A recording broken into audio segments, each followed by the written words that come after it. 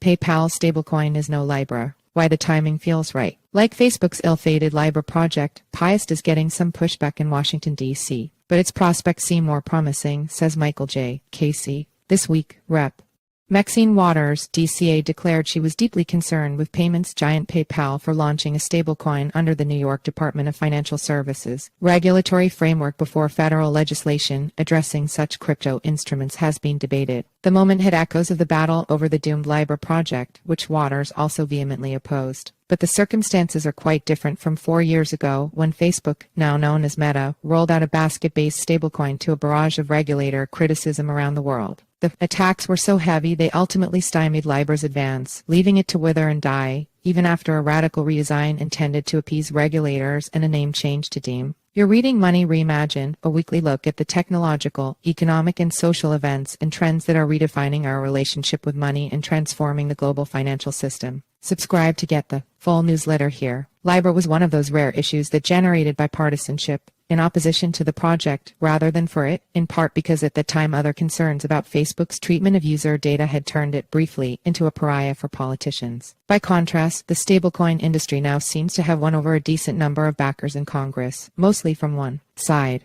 Last month, House Republicans successfully pushed stablecoin legislation through the House Financial Services Committee. And while its passage was more contentious than many had hoped, with Waters herself leading Democrat resistance, the bill seems likely to win support in the Republican-controlled House when it goes to a floor vote. PayPal has now complicated the outlook for this bill's passage through the Senate. I tend to agree with observers, cited in a piece by CoinDesk's Jesse Hamilton this week, who argued that PayPal, in upsetting Democrats by jumping the gun on the legislation, will harden the resolve of the party's anti-crypto crusaders in the Senate, such as Sen.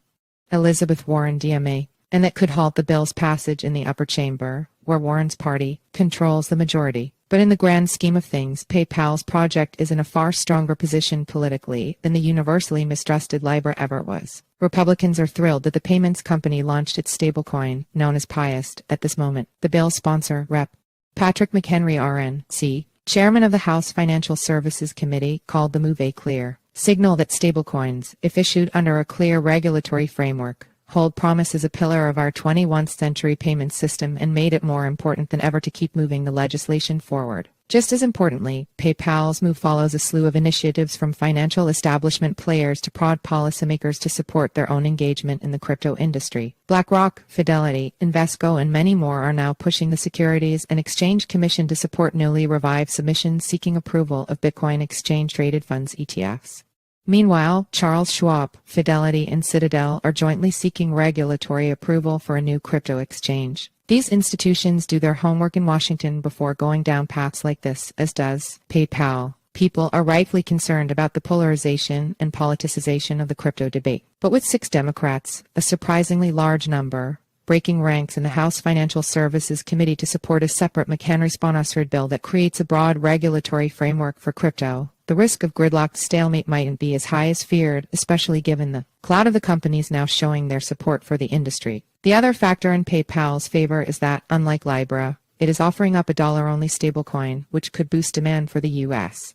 currency around the world, and that it doesn't have nearly the same global footprint as Facebook had at the time of the Libra launch. Libra's first iteration was a token pegged to a multi-currency basket, which many policymakers saw as a threat to monetary sovereignty. They feared that if Facebook's billions of users shifted to using the token, it would directly diminish demand for their domestic currencies. PayPal may well face some grandstanding opposition from Democrats, and that might hold up legislation. But it's hard to see this development as being on the wrong side of history. Sooner rather than later, stablecoins will enjoy a constructive regulatory framework in the U.S. And that could spur a dramatic change in money that newcomers like PayPal and old-timers like Tether and Circle will be well placed to exploit.